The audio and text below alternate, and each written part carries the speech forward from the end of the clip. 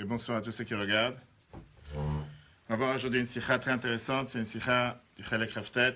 Certainement, il y en a qui l'ont déjà appris, et si vous ne l'avez pas encore appris, alors au contraire, on pourra discuter ensemble, débattre. Il y a tellement de sikhot intéressants sur la période dans laquelle on se trouve, et c'est tellement riche de voir la vision que le Rabbi nous donne à chacun d'entre nous, comment regarder sur cette période. Alors d'abord, il y a pas mal de sikhot intéressantes sur Rosh Chodesh hier, que le Rabbi appelle ça même un Yom Tov, alors que dans le monde en général, quand on parle de 9 jours, c'est plus une période de tristesse, c'est plus une période dans laquelle les gens ne sont pas heureux, c'est plus une période dans laquelle il faut forcément être marash chora, forcément être amer. Il y a une sikha dans laquelle le Rabbi dit, c'était Massé le Shabbat dernier, en 1953, en 1967 et en 1940, qu'il y a des gens qui attendent forcément cette période pour devenir tristes. Je n'allais pas dire les Français, mais en règle générale, il y a des gens qui attendent toute l'année. Quand est-ce que finalement on pourra devenir triste? La Bible dit qu'au contraire, c'est une période dans laquelle, c'est une période qui ne doit pas être vue comme une période de destruction, comme on va tout de suite voir, mais c'est une période qui doit être prise comme une période de construction. Pas seulement de construction, mais une période dans laquelle, on ne va pas dire que c'est un mal en soi, pas seulement que c'est quelque chose de mal, mais c'est quelque chose qu'on doit regarder ça avec un œil positif. Alors c'est sûr que quelqu'un qui ne regarde pas avec un œil de chassidoute, qui regarde ça comme dans le monde, oui, c'est un moment triste. Les 9 jours, c'est un moment où on a différentes coutumes changées par rapport à ce qu'on fait dans l'année. Mais quand on regarde, comment on va tout de suite voir dans cette sikha, et beaucoup de sikhot, beaucoup de discours du Rabbi, on voit comment c'est pas seulement un moment triste, pas du tout un moment triste. Dans une sikha, le Rabbi fait allusion en disant que quand on dit que Mishenichnas Av v'chulu, etc., sans besoin de dire c'est quoi la suite, ça ne veut pas dire que quand c'est écrit dans le code de loi juive, dans Shulchan Aruch, qu'il faut diminuer. C'est diminuer par rapport à ce qu'on est joyeux toute l'année. Et puisque toute l'année on est joyeux comme la simcha du mois d'Adar, alors arrive le mois de Av, les 9 jours, on diminue par rapport à ce qu'on est tous les mois d'Adar. Mais ça ne veut pas dire que dès que ça arrive le mois de Av, tout d'un coup on doit commencer à se mettre avec des cendres, s'asseoir par terre. Et comme on va voir dans cette sikha, c'est vrai qu'il y a certaines coutumes et certaines choses qu'on doit faire, mais de là à tomber dans l'extrême, pas forcément. Ici on va voir quelque chose d'intéressant, c'est un long Fabrengen, un long discours que le Rabbi a parlé en 1940, Tafshimem, Parashat Dvarim, qui est d'ailleurs la même Gviout, ça tombe exactement à la même date que cette année. C'est exactement les mêmes jours. Et la Bible explique longuement en pas mal de points intéressants comment on doit regarder cette période. Basé sur la Haftara de ce Shabbat. Ce Shabbat, c'est la Haftara de Parashat Chazon. Chazon Yeshayahu ben Amot, la fameuse vision que Yeshayahu il a eue. Et un des points que le Rabbi nous fait remarquer, c'est le fait que c'est bizarre de voir qu'il y a des Mahamarim, des discours chassidiques, des rabbins, que le seul discours qui est mentionné dans l'Écoute Torah de ce Shabbat, c'est sur le verset de la Haftara. On sait en général que la Haftara, c'est juste une suite, une fin de la paracha. En général, la Haftara, elle est en rapport avec la paracha, contrairement à ce qu'on va commencer depuis 2 semaines, et ce qui continue jusqu'à Rosh Hashanah, qu'on ne parle plus de la paracha, on parle seulement les 3 Haftarot qui sont appelés 3 Haftarot de punition, 7 Haftarot de consolation et 2 Haftarot de Tchouva. C'est des haftarot qui n'ont rien à voir avec la paracha. Néanmoins, ce que le Rabbi fait remarquer ici, dans la première lettre, dans le premier paragraphe, c'est que c'est forcément ça un lien avec la paracha. Et on va tout de suite voir le lien qu'il y a entre la haftara de cette semaine, qui est appelée Chazon, avec la paracha de Varim qu'on lit ces jours-ci. Regardons depuis le départ, le premier paragraphe, la haftara de cette semaine raconte la vision d'Isaïe. La haftara comme la paracha. Apparemment, la paracha de Varim, le chumash de Varim, c'est un chumash qui vient nous dire comment Moshe vient réprimander le peuple juif. Il vient leur rappeler tout ce qui s'est passé depuis qu'ils sont sortis d'Égypte, avec les 10 plaies, jusqu'à ce qu'on est arrivé au moment où on est arrivé maintenant. Et vient Ishaïa, il nous dit, dans la Haftara Chazon, Ishaïa ben Amot, je traduis pour celui qui ne comprend pas français, Chazon, Ishaïa ben Amot, la vision d'Isaïe, le fils de Amot, Asher Chazal, Yuda Yerushalayim, qui prophésisa sur Yuda Yerushalayim, Oy goichote, ô nation pécheresse, Alma tukuot, Tosifu Sarah, où faudra-t-il vous frapper encore, vous qui persistez dans la rébellion? Kol rosh lacholi vechol levav davai. Déjà, toute tête est malade, tout cœur est endolori. Ça, c'est le début de la haftara, ce qui ne paraît pas du tout quelque chose de joyeux, c'est plus des réprimandes. Par contre, le dernier verset de la haftara, c'est un verset qui est plus ou moins joyeux. Ce verset, c'est un verset qui dit Vashiva shaftayach kivarishona.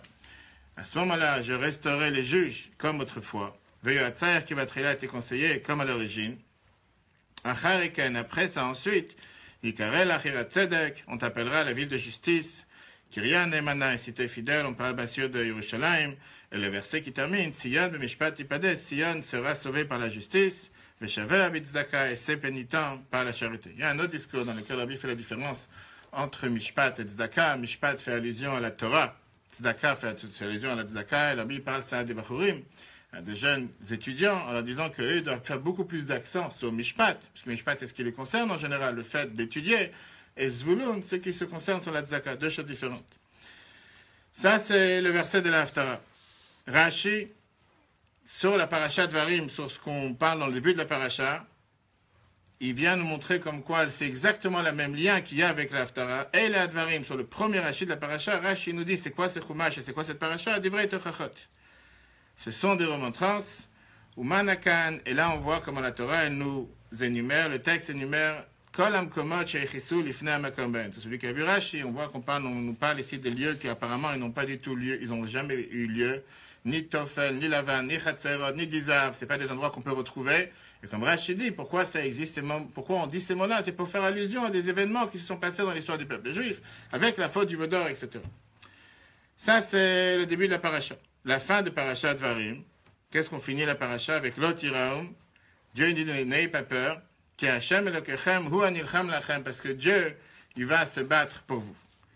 Qu'est-ce que la Bible est en train de faire ici? Il est en train de nous montrer comme quoi la Haftarah, au départ, elle commence avec quelque chose de négatif, et elle termine avec quelque chose de positif. Au départ, elle commence avec des remontrances, quelque chose qui n'est pas joyeux, et la fin de la Haftarah, surtout le dernier verset, c'est quelque chose qui donne de l'espoir, qui a une note positive.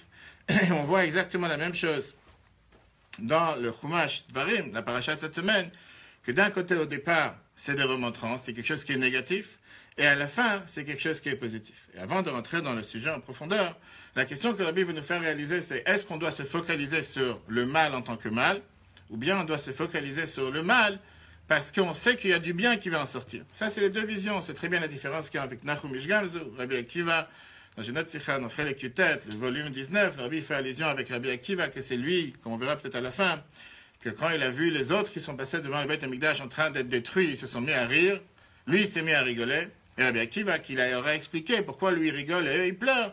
Parce que lui, il a vu que maintenant, la prochaine prophétie, la deuxième moitié de la prophétie qui n'était pas encore accomplie, est en train de s'accomplir. Donc Rabbi Akiva, il avait sa vision de regarder les choses et se dire qu'à chaque fois qu'il y a quelque chose qui se passe, c'est forcément pour le bien. Mais il y a quelque chose de mal qui s'est passé. C'est très bien ce qui s'est passé avec Rabbi Akiva, qu'il a perdu son âne, il a perdu son coq, il a perdu sa bougie. Mais là, Rabbi nous apprend une troisième manière. Et cette troisième manière, c'est la manière de dire qu'il n'y a pas eu de mal. Même pas regarder sur quelque chose il y a eu une destruction et que la destruction, c'est pour la construction. Mais que la destruction elle-même, le mal en soi, c'est pas un mal, c'est en vérité un bien. Est-ce qu'on est capable d'avoir la même vision dans la vie de tous les jours? Quand quelqu'un il fait un accident de voiture, que Dieu nous en préserve, quand quelqu'un il a un problème, est-ce qu'il est capable de dire que ce mal, c'est déjà un bien? Alors on sait la différence avec Nahum Ish Gamzu et Rabbi Akiva, que Nahum Ish Gamzu, il était ce type de personne, que lui regardait sur le mal, que c'est pas un mal, Gamzu le Tova. Peu importe ce qui s'est passé, c'est déjà bien. Là, Rabbi va nous démontrer comment la destruction du Beit HaMikdash, n'était pas une destruction qui a fait en sorte qu'après, il y a quelque chose de bien qui allait sortir. On sait tout ce qu'on attend, le troisième Beit HaMikdash, qui sera beaucoup mieux que les deux premiers. Mais que la destruction elle-même, ça fait partie de la construction. Ah, tu peux ne pas être d'accord. Je dis, si tu n'es pas d'accord, tu veux dire que tu n'es pas d'accord. Il y a des gens que pour eux, c'est difficile à comprendre une chose pareille. Quand on construit un bâtiment, n'importe quelle personne qui a construit un bâtiment, qui a construit une maison, il sait qu'en général, s'il n'y avait rien sur place, si c'était un terrain vaste, alors on met un permis de construire. S'il y a une vieille maison avant, il y a un permis de démolir. Permis de démolir, après permis de construire. Comment on peut être amené à regarder sur la démolition que ça, c'est en réalité la construction? Tu demandes à quelqu'un, tu demandes à la société de construction, qu'est-ce que tu es en train de faire? Je suis en train de casser, je suis en train de détruire, je suis pas en train de construire. Maintenant, la réalité, elle est que si j'aurais pas dû construire une maison derrière, j'aurais peut-être pas démoli cette maison. Démolir pour démolir, c'est pas forcément quelque chose que j'aurais fait. Je démolis cette maison parce que je dois reconstruire. Mais est-ce que la démolition de la maison, c'est déjà appelé la construction? Ou bien la démolition? Non, ça c'est une démolition, c'est pas une construction. Je peux très bien arrêter au statut de la démolition, après je vais passer à construire. Qu'est-ce que tu dis? Ouais, ça fait partie, c'est ensemble quoi. Alors pourquoi on appelle ça démolir? Bah, c'est l'étape, Alors appelle ça construire. Construire, ça commence par la destruction. Ouais, c'est des simples. Si ça s'appelle construire, appelle ça construire. Pourquoi tu donnes deux termes différents? On est obligé d'avoir du mal, on est obligé d'avoir du mal. Mais ça s'appelle construire ou ça s'appelle détruire? Moi je pense que ça va avec. C'est l'étape. Réponds à la question, ça s'appelle détruire ou ça s'appelle construire? Détruire. On voit ce qu'on voit quoi. En D'accord. fait on s'arrête à ce qu'on voit. Donc ça s'appelle détruire. Voilà. Bah oui, parce que là, on voit qu'il détruit, quoi. Même si on pense après, là, il détruit. Quelqu'un d'autre? Il pense tout comme moi. Pourquoi? Est-ce que vous pensez à la même chose? Pensez différemment? Est-ce que ça s'appelle détruire ou ça s'appelle construire? Ça s'appelle forcément détruire. C'est un fait, quoi. Hein? Détruire pour construire. On va voir comment la Bible nous montre ici que c'est pas justement que ça s'appelle pas détruire, mais ça s'appelle construire. C'est une vision chassidique, c'est une vision que, quand on voit la chassidoute par rapport à Nigle, c'est une vision qui est tellement riche, et ça nous apprend à vivre dans la vie de tous les jours. C'est un niveau. Je pense pas qu'on peut avoir ce niveau-là. Je pense pas que je peux me dire aujourd'hui, là je fais un accident de voiture, et je me dis, t'inquiète. D'abord, t'as pas dit de le faire. D'accord. T'as pas dit de faire un accident. Mais une fois qu'il y a quelque chose qui s'est passé, alors bien sûr que dans la vie de tous les jours, comment on peut s'adapter? Quel rapport avec Gava maintenant? Je me dis, non, c'est bon, c'est pas un accident en fait. Ça dépend comment tu regardes les choses. Il y a un Dieu qui a fait cette chose ou pas? Non mais, si concrètement. T'as pas écouté le cours sur t'as pas écouté sur la colère. Non. Tu vas citer la semaine sur la colère. Fais quelque chose sur la colère. C'est comme une opération. On a coupé. C'est ce que j'allais dire. C'est hyper grave. En fait, on a guéri quelque chose. Ah oui, on a guéri. Donc la question, elle est, est-ce que tu regardes l'opération en tant que quelque chose de problème, de grave, la personne était gravement malade, ou bien tu dis que c'est au contraire? La fameuse réponse que Rabbi dit par rapport à la Shoah, il y a pas mal de lettres dans les grottes que Rabbi répond aux gens qui se plaignent sur... Et on n'a pas de réponse, on ne sait pas comment répondre, et on n'est pas là pour répondre. Mais que si quelqu'un il rentre une fois dans un hôpital, il voit des infirmières, il voit des gens avec des blouses blanches, et il voit en train de faire une opération, il va te tirer, c'est des assassins, des tueurs, ils sont en train de couper quelqu'un, tuer quelqu'un, que Dieu les en préserve. Quand tu expliques à la personne qu'en vérité, cette personne est rentrée à l'hôpital presque mort, et qu'il n'y a aucun moyen de s'en sortir, et qu'en réalité, ils sont là pour sauver la personne, tout d'un coup, ça devient des sauveteurs. C'est pas qu'une fois qu'il va se réveiller, c'est que maintenant, ils sont en train de les sauver. C'est ce qu'on va voir ce soir. Toi, tu as dit tout à l'heure que c'est impossible, tu as dit qu'en vérité, c'est seulement une destruction, pas... Non, mais concrètement... Oui, non, moi je suis d'accord avec vous. T'as pas besoin d'être d'accord avec moi, on va voir tout ce qui s'est fait ici. Concrètement, celui même qui se fait opérer. Oui. Ok, il est en train de guérir, mais concrètement, il souffre quand même. D'abord, je sais pas s'il souffre parce qu'il est endormi. C'est pas vrai? On parlait de quelqu'un qui avait quand même pas d'opération. Pas les gens normaux. En règle générale, quelqu'un qui est opéré, il est endormi. On ne fait pas une opération avec quelqu'un qui est réveillé. Tu appelles ça souffrance. Tu peux appeler ça souffrance. Mais encore une fois, c'est un mal pour un bien. C'est un bien qui va... Ou bien, depuis le départ, il n'y a pas de mal ici. Depuis le départ, c'est quelque chose qui est depuis le départ bien. La vie précédente donne chaque fois l'explication avec une piqûre. Qu'avant de faire une piqûre, il faut mettre comme un produit pour refroidir, pour congeler, qu'on ne sent pas la souffrance. C'est sûr que si tu fais une piqûre sans faire passer ce gel, sans faire passer ce spray, tout d'un coup, quelqu'un il se sent mal. Mais la piqûre en soi, c'est quelque chose de mal ou quelque chose de bien.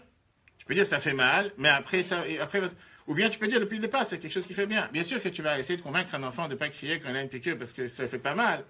Je ne sais pas s'il va l'accepter. Mais ça, c'est ce que nous, on doit comprendre.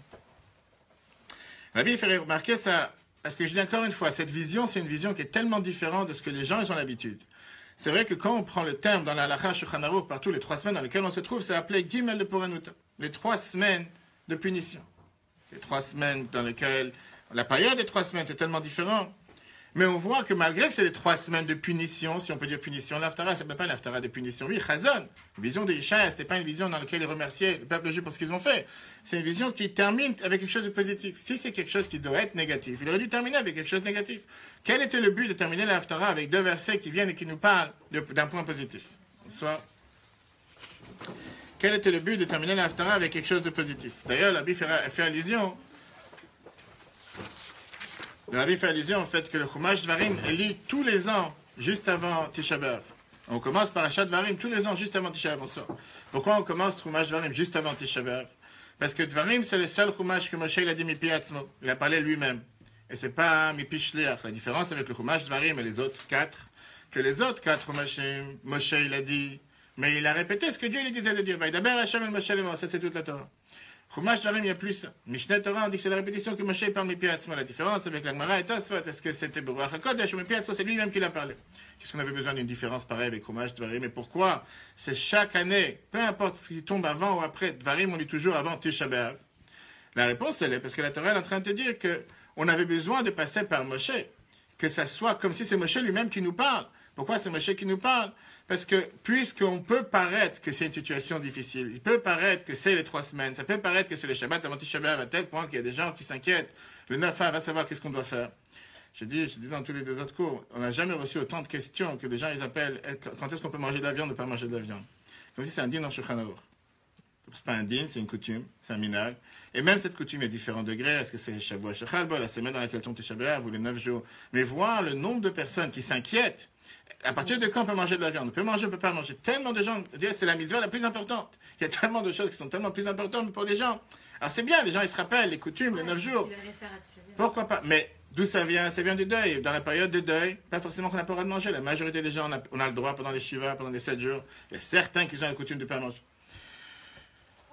Donc la Bible dit que le fait que dans l'Écoute Torah, par exemple, et dans beaucoup d'autres livres, le seul discours chassidique que les rabbins ils ont dit, c'est sur cette dernière phrase de l'Haftarah. Ça veut dire qu'eux, ils considèrent que l'essentiel des Dvarim, c'est pas forcément la paracha, c'est pas forcément le début de l'Haftarah, mais c'est surtout sur la dernière paragraphe qui est Tzion b'mishpat tipadeh v'shaveh b'tzaka.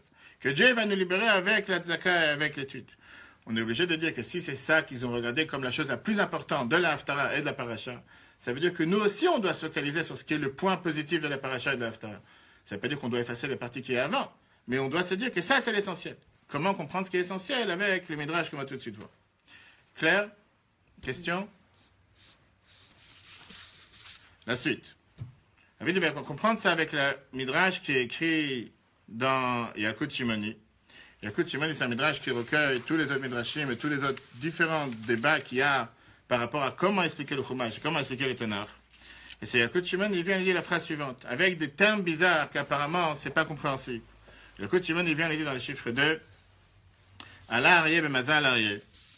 Il y a un lion qui est venu dans le Mazal du lion, Ve'echiv et Ariel, et il a détruit Ariel. De qui on parle? Le lion, on parle ici de Nebuchadnezzar, Zé Nebuchadnezzar. Allah Arié, quand on dit Arié, c'est Nebuchadnezzar, Nebuchadnezzar, qui a détruit le Mazal Arié. C'est quoi le Mazal du lion? C'est le 5e mois. Celui du lion. Qu'est-ce qu'il a détruit? Il a détruit Ariel. Ariel, c'est la cité où il y avait le roi David. C'est qui? Kiryat Chana David. Almenat, chez avoir Ariel, le Midrash, et le Yalkut Shimon, il termine. En te disant, tout ça c'est afin que vienne Ariel, le lion, le Mazal Ariel, dans le Mazal du lion, il venait Ariel et qui reconstruise Ariel. C'est qui avoir Ariel? Zakadosh Baruch Hu, c'est Dieu. Le Mazal Ariel, ça on a vu le 5e mois. Il venait Ariel et qui reconstruise le Beit HaMikdash qui est appelé Ariel. On sait très bien que le jour de Tisha B'Av, c'est le seul Yom Tov qui va rester, comme Mashiach va venir, ça sera considéré comme un jour de jour. La Bible demande la question, on sait très bien que la Torah, elle ne se jette pas avec des mots. Et surtout par Yalkut Shimon, il ne va pas se jeter avec des mots. On n'est pas en train de dire juste un lion pour parler d'un lion. Quel était le but d'avoir utilisé le même animal, soit pour la destruction, soit pour la construction? Pourquoi on n'a pas dit tout simple? Nebuchadnezzar, il est venu, dans le 5e mois, il a détruit le Beit HaMikdash pour que Dieu vienne et reconstruise le Beit HaMikdash. Qu'est-ce qu'on doit parler ici avec des mots déformés et que si tu prends ça à la première compréhension, à la première vue, ça ne veut rien dire. Qu'est-ce que ça veut dire? Un lion, il est venu dans le Mazal du lion pour détruire Ariel. Parle des mots clairs. Dis-moi ce qui s'est passé, qu'on puisse comprendre. Nebuchadnezzar était un ennemi, il est venu, il a détruit le Beit HaMikdash pour reconstruire. Pourquoi la Torah s'est jetée ici avec des mots qui apparemment n'ont pas de sens? Et ce qui dérange de plus, c'est que les mêmes mots qu'on a utilisés pour la destruction, c'est les mêmes mots qu'on a utilisés pour la construction. En général, on n'a pas les mêmes personnes qui viennent et faire l'opération, et faire l'anesthésie, et faire les pansements. Parce que c'est la Bible. Après, on va voir comment la Bible prend cet exemple. Tu as une personne qui vient qui fait l'anesthésie, tu dois avoir un rendez-vous avec l'anesthésiste une semaine avant, on va savoir des fois des semaines avant. Tu as les chirurgiens qui s'occupent de l'opération, ceux qui s'occupent à faire du mal, si on peut dire que c'est du mal. Et après, tu as ceux qui viennent guérir. Là, tu as les mêmes qui sont venus avant, les mêmes pendant, les mêmes... Et c'est exactement les mêmes termes. Et le Midrash, ce n'est pas un livre d'enfants, ce n'est pas un livre d'histoire. S'il raconte exactement ces mêmes mots, certainement qu'il veut nous faire comprendre qu'il n'y a pas de différence entre ce qui s'est passé avec la destruction et ce qui s'est passé avec la reconstruction. Rabbi ramène juste entre parenthèses dans les Harod, dans les commentaires en bas, que Metoudat David et Metoudat Tzion étaient dit que Ariel, on ne fait pas forcément allusion au Beit HaMikdash, on fait allusion au Mizbeach. Le Mizbeach, il est aussi appelé Ariel. Mais ce qu'on sait en général, on fait attention au Beit HaMikdash en général. Pour répondre à cette question, la Bible vient nous dire qu'ici, on doit comprendre une question générale par rapport à qu'est-ce qui s'est passé avec le Churban Beit HaMikdash, avec la destruction. D'abord, la question qu'on doit se demander, est-ce que Dieu avait le droit de détruire? On sait très bien que tout ce que Dieu donne au peuple juif comme ordre, lui-même, il le fait. Et comment est-ce possible que Dieu il est venu, il a détruit le Beit HaMikdash? Comment est-ce possible que Dieu il est venu, il a détruit le temple? Pourquoi une telle question? C'est très bien que dans la halakha, on va tout de suite voir, pas seulement qu'on n'a pas le droit de faire Baal Tashrit, détruire pour détruire, mais même quelqu'un qui détruit par sa colère, il doit payer. Pas parce que quelqu'un s'est énervé, qu'il a cassé un vase, il a cassé une table, il a cassé un ordinateur. Dans les histoires de couple, en général, c'est combien de fois il y a un mari qui rentre, qui est énervé. Je parle pas de toi, je parle des gens normaux, pour la deuxième fois. Et tu as des gens en général aujourd'hui que dès qu'ils s'énervent ou quoi que ce soit, ils viennent, ils ont cassé, ils ont jeté l'ordinateur, ils ont jeté le portable, ils se mettent dans tous leurs états. Et après, tu réfléchis un instant, tu dis, qu'est-ce ça fait une bêtise, mais maintenant il faut réparer. En règle générale, la Torah te dit que quelqu'un qui détruit par la colère, il est responsable. On ne peut pas juste détruire pour détruire. Regardons ce que la halakha nous dit. Rambam il amène ça, alors il va faire une différence avec Rambam et Shulchan Aruch. On voit ici dans le chiffre 3.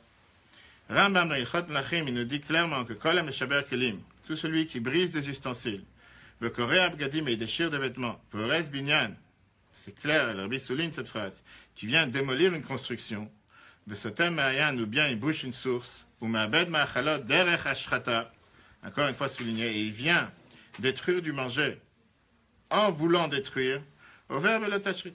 Il vient et transgresse ici avec l'interdiction de Baal Tashrit. On n'a pas le droit de détruire pour détruire. Ça, c'est numéro 1. En plus de ça, on a un deuxième Rambam. Rambam dans Ilchot Bet HaBchira, dans les codes, dans les lois de la construction du temple, qu'on a un devoir d'apprendre ces jours-ci. Tout le monde sait que ce que la Bible répète chaque année, l'importance d'apprendre Ilchot Bet HaBchira pendant les 9 jours. Et que pourquoi on doit apprendre Ilchot Bet HaBchira pendant les 9 jours, les lois du temple. Grâce à ça, on reconstruit le temple.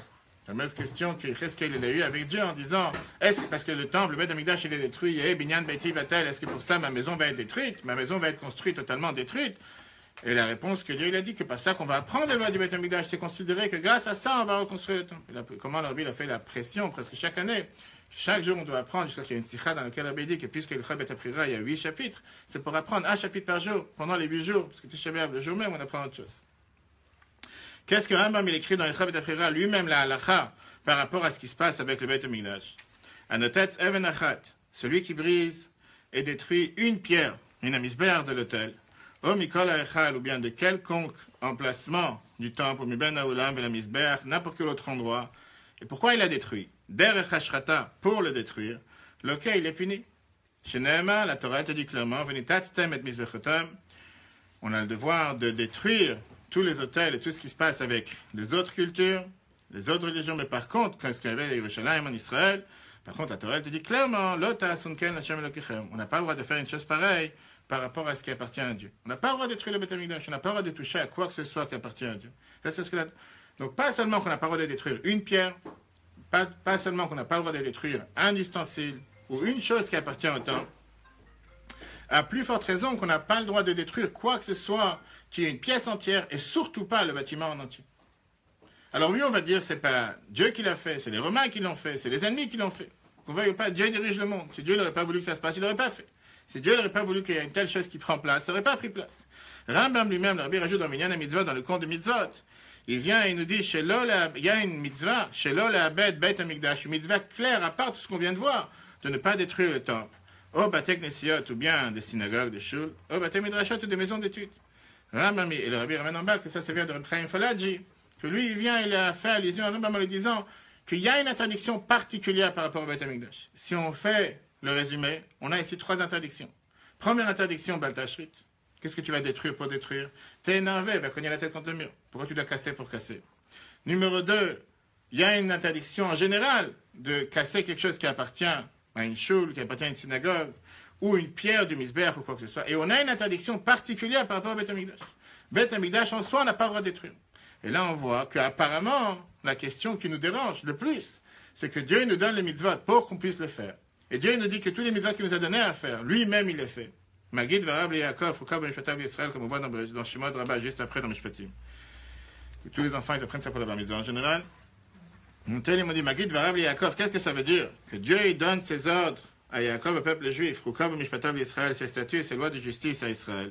Akadosh Baruch Hu, Mashiach, Asa, Omer, l'Israël, Asad, Velishma. Ce que Dieu, il fait, il donne au peuple juif le devoir de faire.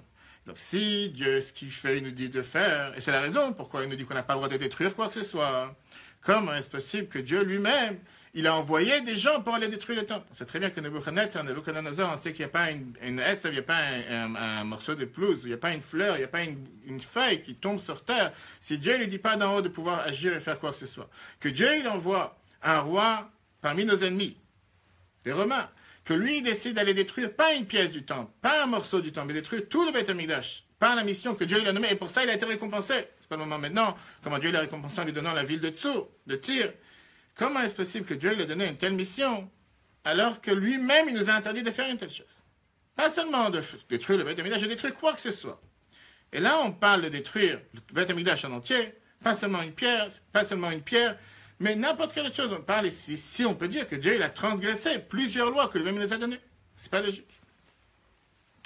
Alors la question qui est demandée, c'est que peut-être on n'était pas méritant. On peut dire qu'on ne méritait pas. Fameuse question, le fameux exemple que le Rabbi ramène chaque année avec le Shabbat Chazon, avec Rabbi Levi de Medichev, qui nous dit que c'est quoi Chazon, qu'il y avait un exemple avec un roi qui avait promis un beau costume, un bel habit à un enfant qui ne s'est pas bien comporté, qui lui a dit je te montre une fois, mais quand je te l'ai montré une fois, il a été détruit, je l'ai déchiré. Deuxième fois, il a été déchiré. La troisième fois, je le mets de côté. Et le jour où tu vas bien te comporter, je te donne. Pourquoi le Rabbi te dit la même chose avec le Beth Amikdash? Pourquoi Dieu ne pouvait pas le mettre de côté? Qu'est-ce que tu avais besoin de détruire? T'es énervé, ton enfant ne s'est pas comporté comme il faut, il n'a pas agi comme il fallait. Mets-le de côté, tu lui as acheté un cadeau. Il n'a pas agi comme il aurait dû. Tu ne vas pas détruire le cadeau, tu ne vas pas mettre à la poubelle, tu ne vas pas mettre le feu, tu ne vas pas le casser. Comment c'est-il que là, à la place que Dieu il cache le Beth Amikdash, il décide de le détruire? Et le Rabbi renforce la question en disant qu'on sait très bien qu'il y a plusieurs éléments du Beth Amikdash que Dieu il a cachés. On ne va pas maintenant, c'est un cours la semaine dernière, une autre sikha la semaine dernière sur le Aaron. Tout l'endroit où se trouve le Aaron aujourd'hui, qu'on sait très bien d'après tous les différents mefashim, les différents commentateurs, qui se trouve dans le Har HaBayit, le mont du Temple, contrairement à ce que certains aujourd'hui appellent l'esplanade des mosquées, c'est toujours appelé le mont du Temple. Et on sait que Yoshiyahu, avant même Shlomo HaMelech, le roi Shlomo, quand il a construit le Beth Amikdash, il savait depuis le départ qu'il allait avoir un moment que Dieu il allait s'énerver et le Beth Amikdash, le temple, allait être détruit. Depuis le départ, il a préparé un endroit, comme un bunker souterrain, où le Aaron il allait être caché. Yoshiyahu, 50 ans avant la destruction du temple, il a déjà envoyé le Aaron dans cet endroit. Aujourd'hui, clairement, Dieu qu'on sait exactement l'endroit, on ne sait pas. Mais on sait qu'il se trouve quelque part dans la Har HaBayit. On sait que la seule fois qu'un peuple étranger a essayé de prendre le Aaron, ça n'a pas réussi. On parlait des Plishtim, des Philistins, avec de nombreux morts parmi eux. On sait que le Aaron, il se trouve là-bas. Les autres éléments, on ne sait pas exactement où il se trouve, mais on sait qu'il y a plusieurs choses que Dieu lui-même, il a cachées. Pourquoi il ne pouvait pas cacher tout le Beth Amikdash? C'est pas seulement caché, c'est aussi carrément il y a Avodah là-bas. Pourquoi une Avodah Zarah? Pourquoi il n'y a pas leur truc? D'abord, c'est pas une Avodah Zarah, d'abord. Je suis pas très D'abord, c'est pas une Avodah Zarah. Tu peux aller visiter ce temple. Je sais pas si tu vas ressortir vivante, mais tu peux aller visiter. Non, mais, on ne veut pas aller visiter. Hein? Il n'y a pas d'Avodah Zarah là-bas? Il n'y a pas de... C'est pas une Avodah Zarah. Une mosquée, c'est pas une Avodah Zarah. Pourquoi une Avodah Zarah? Ah, je sais pas. La halakha te permet de rentrer dans une mosquée. C'est pas une Avodah Zarah. Pourquoi tu appelles ça une Avodah Zarah? Le fait qu'eux, ils ont construit, le fait qu'ils ont fait quoi que ce soit pour éradiquer ou pour effacer n'importe quelle trace juive, n'enlève pas le fait que le Beth Amikdash était là-bas il y a 3000 ans. Le premier Beth Amikdash a été construit, le deuxième. C'est ça qu'on demande ici, c'est ça qu'on va voir tout de suite. Si c'est ce qu'il a laissé faire, et si c'est ce qu'il voulait qu'il se passe, il n'aurait pas pu faire en sorte qu'il soit caché quelque part, qu'il se déplace, qu'il soit enterré. Qu'est-ce qu'il avait besoin de détruire? Pourquoi détruire? Pourquoi casser? Je vais répondre à ta question, on ne va pas dire Dieu il a laissé faire, on verra après à la fin. Quand Dieu n'a pas enlevé le libre arbitre de chacun d'entre nous. Tu as bien quelqu'un que Dieu il le laisse faire, et s'il décide de faire du mal, il va faire du mal. Dieu ne va pas l'empêcher de faire du mal. Chacun il a le libre arbitre de faire ce qu'il veut, mais là on parle par rapport à Dieu lui-même. Pourquoi il a nommé quelqu'un pour aller détruire le Beth Amikdash? Claire? Question? Ok. On va commencer à répondre ici étape par étape. Première étape, on a vu tout à l'heure la question qu'on a eue par rapport à Baal Tashrit. Est-ce que c'est vraiment ici une interdiction de Baal Tashrit? Est-ce qu'il y a vraiment ici une interdiction de ne pas détruire? Vous savez qu'il y a un halakha qui dit n'a pas le droit de détruire pour détruire. D'abord, il y a plusieurs réponses sur ce point de Baal Tashrit que lui commence à répondre. En nous disant que la fameuse réponse que Dieu il donne et qu'on dit pourquoi Dieu il a détruit le temple, pourquoi Dieu il a détruit le Beth Amikdash, qu'il a chamator la etzim ba'lavani. Dieu il a décidé de verser sa colère sur les bois et sur les pierres. C'est pas qu'il a cherché ici à détruire. Il aurait pu verser sa colère, il aurait pu s'énerver contre le peuple juif. Et là, ça aurait été vraiment un vrai grand massacre. Il aurait tué tout le peuple juif. Ça s'est passé plusieurs fois dans l'histoire. On l'a eu dans le Chumash avec les Magéphot, les différentes épidémies, etc. À la place de s'énerver contre le peuple juif, il a décidé de verser sa colère sur les pierres et sur les bois. Et la preuve est que dans Teilim, on voit quand on parle Mizmor la Asaf, celui qui vient nous parler, ce chapitre que David HaMelech il parle pour parler de la destruction du temple, il ne dit pas Bechi la Asaf, il ne dit pas que c'était une pleure pour Asaf, mais il dit que c'était un Mizmor, une chanson. Et comment est-ce possible que ce soit une chanson si c'est une destruction? Parce qu'on est content du fait qu'à la place d'avoir versé sa colère, s'être énervé contre le peuple juif, Dieu il a versé sa colère contre le pierre et contre le bois. Et alors, en quoi ça répond? Bien, la réponse elle est que la halakha te dit que quand est-ce que tu es coupable de transgresser sur Baal Tashrit, de détruire quelque chose, quand tu fais pour détruire. Mais quand tu fais pour réparer, à ce moment-là, et la seule manière de réparer, c'est en détruisant, à ce moment-là, c'est pas grave, tu n'as rien fait de mal. C'est comme si on a vu tout à l'heure l'exemple avec démolir et construire. Si pour pouvoir reconstruire un mur, tu dois forcément détruire une partie qui n'est pas bien construite pour la reconstruire, ça ne s'appelle pas que tu as détruit. Ça ne s'appelle pas Baal Tashrit, c'est quand tu détruis, comme on a vu tout à l'heure, derech hashrata, pour détruire. Quand tu ne cherches pas à détruire juste pour détruire, mais tu cherches à détruire pour reconstruire. Là, Dieu il avait l'option de se débarrasser du peuple juif. À la place de se débarrasser du peuple juif, il a décidé de débarrasser sa colère sur les pierres et le bois. Le fait qu'il a fait un tel choix, il a sauvé le peuple juif. Donc c'était, si on aurait pu dire, détruire pour construire, automatiquement il n'a pas transgressé sur Baal Tashrit. Ça c'est point numéro 1. Regardons dans le 4. Et Harab, dans le Midrash Rabbah, il nous dit la chose suivante. Il dit à Asaph, Dieu, Amrou la Asaph, Akadosh Baruch Hu Yechi Beichal Mikdash Vata Yeshav Mezamer, pourquoi tu dis Mizmor la Asaph? Il dit à Asaph, Dieu il a détruit le temple et toi tu chantes, pourquoi tu dis Mizmor? Tu aurais dit de Bechil la Asaph. Amar Lahem, il aurait répondu, je chante. Mezamer Ani, Sheshafach Akadosh Baruch Hu Chamatol, Aitzim Baralavanim, Vela Shafach Chamatol Israël. Parce que Dieu, il a déversé sa colère sur du bois et des pierres, il n'a pas déversé sur Israël. Viens l'Admor Azaken Ashulchan Aruch. Et il dit la chose la plus claire. Dans les lois de Baal Tashrit, dans les lois de ne pas détruire quoi que ce soit, Almenat letaken mutar lekalkel. Si c'est en vue de réparer, il est permis de détériorer. Im, efshar letaken ela aledei kilkulse. Ça, c'est un détail qu'on va s'arrêter dessus. Qui veut dire qu'il te dit que tu peux détruire si c'est pour réparer, si tu ne veux pas réparer différemment. Là, malheureusement, il paraît que le peuple juif ne pouvait pas s'en sortir. Il fallait ou que le peuple juif reçoive comme punition, qu'il disparaisse, et si ce n'est pas le peuple juif, il fallait que ce soit le Beth Amikdash. Dieu il a décidé de faire le choix, de verser sa colère sur le Beth Amikdash et pas sur le peuple juif. Mais avec ça, on n'a pas répondu à toutes les questions. Avec ça, on a répondu juste à la question qui est pourquoi il n'y a pas l'interdiction de Baal Tashrit. Mais on a vu tout à l'heure, il y a encore 2 avérotes. Premièrement, l'Ota Sunken, Hashem Elokechem, qu'on n'a pas le droit de détruire, comme on doit détruire les autres temples ou les autres objets de culte qui étaient à Yerushalayim, etc., ou en Israël. Ça, on n'a pas répondu. Et deuxièmement, même si, comme Rambam vient nous dit, que quand on détruit parce qu'on veut réparer, alors ça ne s'appelle pas vraiment une destruction, mais on parle de réparer la chose en soi. Tu ne veux pas dire je détruis une choule, je détruis une synagogue pour reconstruire, je ne sais pas, un bâtiment autre part, qui n'est pas forcément une synagogue. La halakha te dit que la seule manière qu'on te permet de détruire, et que ça ne s'appelle pas détruire, quand tu reconstruis ce que tu as détruit. Tu ne veux pas dire je vais détruire une table pour construire à la place une armoire. Même si en exemple, ce n'est pas un bon exemple, on a le droit de casser une table pour faire une armoire. Mais par rapport à tout ce qui est Beit Amikdash, par rapport à tout ce qui sont les interdictions que la Torah nous a dit, ça doit être fait à condition que tu répares ce que tu as vraiment détruit, pas autre chose.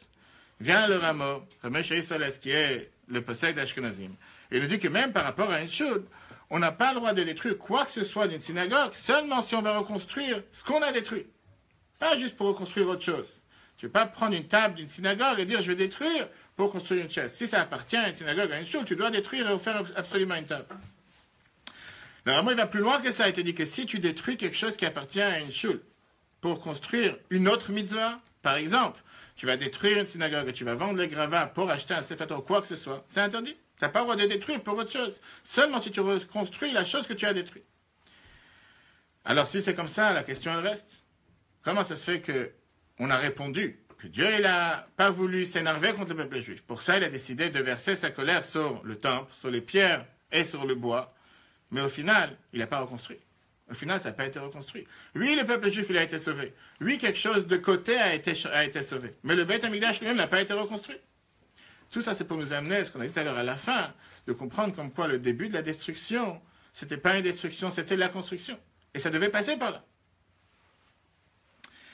C'est pour ça qu'on est obligé de dire, et c'est là qu'on s'arrête encore une fois sur le Midrash qu'on a vu tout à l'heure dans Yalkut Shemini et dans Yirmiyahu, pourquoi il a utilisé exactement les mêmes termes. Qu'un lion est venu pendant le mazal du lion pour détruire Ariel, Nebuchadnezzar qui est venu le 5e mois pour détruire le temple, afin qu'un lion vienne dans le 5e mois, dans le mazal du lion, et qui va construire Ariel. Et on a demandé tout à l'heure la question, pourquoi on devait employer le terme d'un animal, d'un lion, alors qu'on aurait pu employer des choses qui sont beaucoup plus simples que ça. On aurait pu dire les mots clairs, que Nebuchadnezzar il est venu, etc. La réponse elle est très simple. D'abord le mot almenat. Qu'est-ce que ça veut dire almenat? Afin que c'est ensemble. Il n'y a pas ici deux étapes différentes. Il n'y a pas un permis de démolir et il n'y a pas un permis de construire. D'abord, c'est exactement la même chose. Il n'y a pas ici une interdiction de démolir et après, puisque je n'ai pas le choix, je vais reconstruire. On parle ici que depuis le départ, la destruction, ça s'appelle construction. C'est ce qu'on était là. C'est pas que je démolis et après je vais reconstruire. C'est que la destruction en soi, elle-même, c'est une construction. Et c'est pour ça que le Midrash, il fait attention en utilisant exactement les mêmes mots. Pour ne pas douter un instant et ne pas penser que c'est quelque chose de différent. Non. Le même lion, la même personne, la même cause qui a été faite pour détruire, c'est la même qui vient pour reconstruire. C'est pas deux choses différentes. C'est pas qu'il y a ici une destruction après une reconstruction.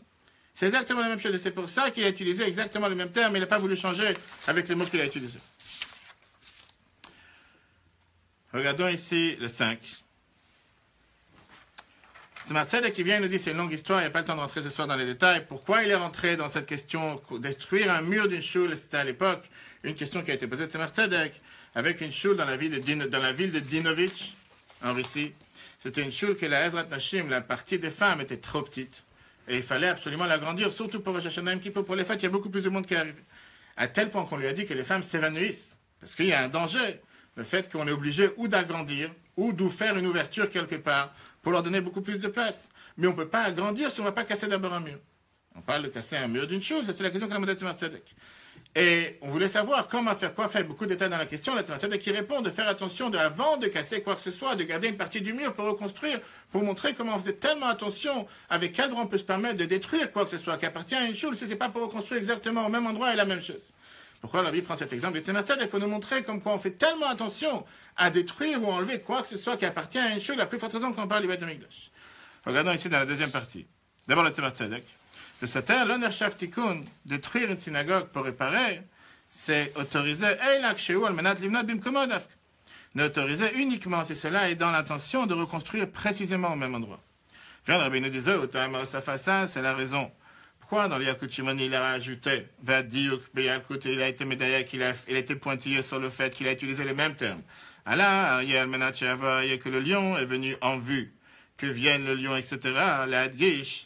Ça, c'est pour nous préciser, chez Matarat, Rubanabait, et dans le Shemach Rubanatzmo, que le but de la destruction du temple n'était pas la destruction en soi. Et là, Almenat Livnod, mais plutôt c'était en vue de reconstruire. Ubemei la Mouvan, et ça, c'est le point le plus fort, pour l'instant. De là, on comprend. Chez Ein Kan Issur, chez Nitut Sabayt, il n'y a aucune interdiction ici que tu pourrais dire qu'il a détruit ou il a cassé quoi que ce soit, qui s'appelle Churban Beit HaMikdash, la destruction du temple. Et la Léa permet bien le contraire. Achurban venitut atzmo, le fait de la destruction en elle-même, inyano ou shmo, entre parenthèses abimis, pas seulement que c'est pas une destruction, mais ça s'appelle binyan. Oui, c'est quelque chose qui est tellement fort, et ça donne tellement à réfléchir par rapport à, pas penser un instant qu'on a ici une destruction pour une reconstruction. Il n'y a pas de destruction. Depuis le départ, le début de la destruction, en vérité, c'est une construction. Est-ce que c'est facile à penser comme ça tous les jours? Pas encore. À la fin, tu vas être convaincu. Est-ce qu'il y a une question? Non, dans la suite. Dans la suite. Ok. Alors moi, j'ai plusieurs questions, parce qu'on va tout de suite soulever après. Pourquoi ça devait passer de cette manière? C'est comme pour tout.